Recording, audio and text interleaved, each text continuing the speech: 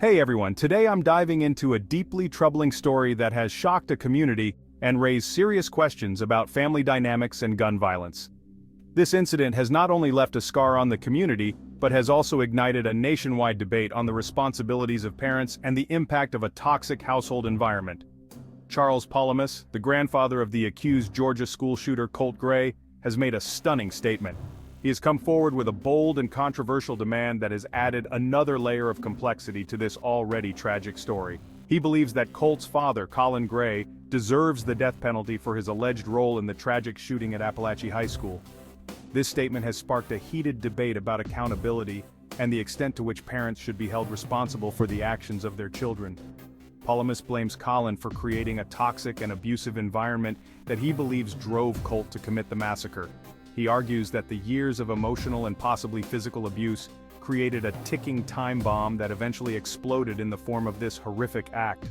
The chilling details reveal a history of dysfunction and violence within the Gray family.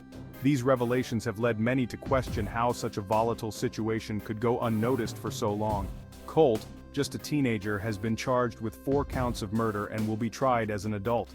The decision to try him as an adult has also been a point of contention, with some arguing that he is a product of his environment and should be treated as such. His father, Colin, faces charges including manslaughter and second-degree murder.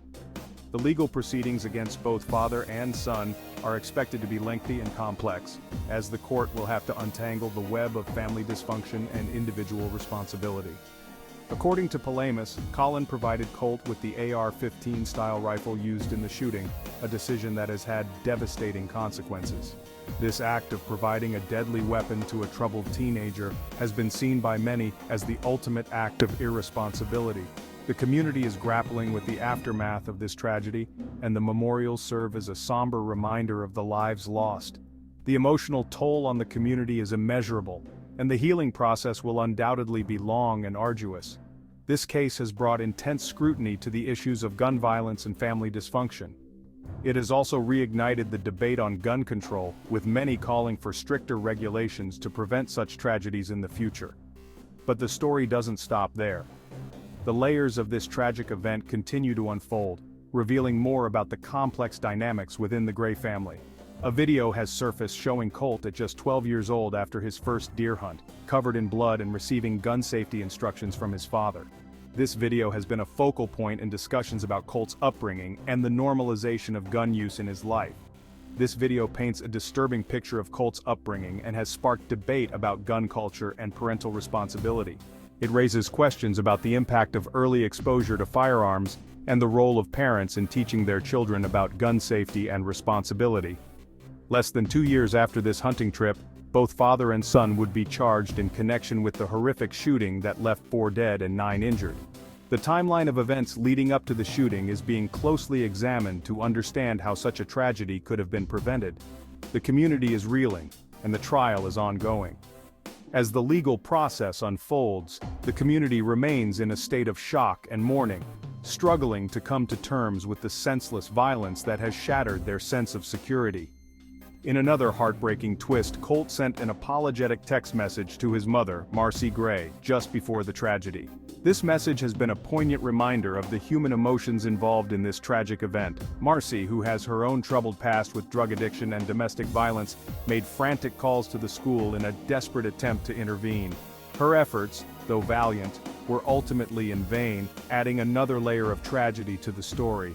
Sadly, her efforts were too late. The community continues to grapple with the loss and the questions that remain unanswered. Palamas firmly believes that both Colt and Colin must face the consequences of their actions. He is unwavering in his belief that justice must be served, not just for the victims, but for the future safety of the community. He highlights the years of alleged abuse and dysfunction that he believes led to this tragic event. The narrative of abuse and neglect has become a central theme in understanding the motivations behind the shooting. This case continues to raise important questions about mental health, family dynamics, and the accessibility of firearms. It serves as a stark reminder of the need for comprehensive mental health support and the importance of addressing family issues before they escalate into violence. It's a sobering reminder of the impact that a toxic environment can have on young lives and the necessity for responsible gun ownership. The story of Colt and Colin Gray is a tragic example of what can happen when these issues are ignored, and the necessity for responsible gun ownership. The importance of secure weapon storage and proper gun safety education cannot be overstated in preventing future tragedies. Thanks for joining me on this difficult but necessary conversation. It's crucial that we continue to discuss these issues openly and work towards solutions that can prevent such tragedies in the future. Please share your thoughts in the comments below, and don't forget to like and subscribe for more updates on this developing story. Your engagement and feedback are important as we navigate these challenging topics together. Stay safe, everyone. Let's continue to support each other and work towards a safer, more compassionate society.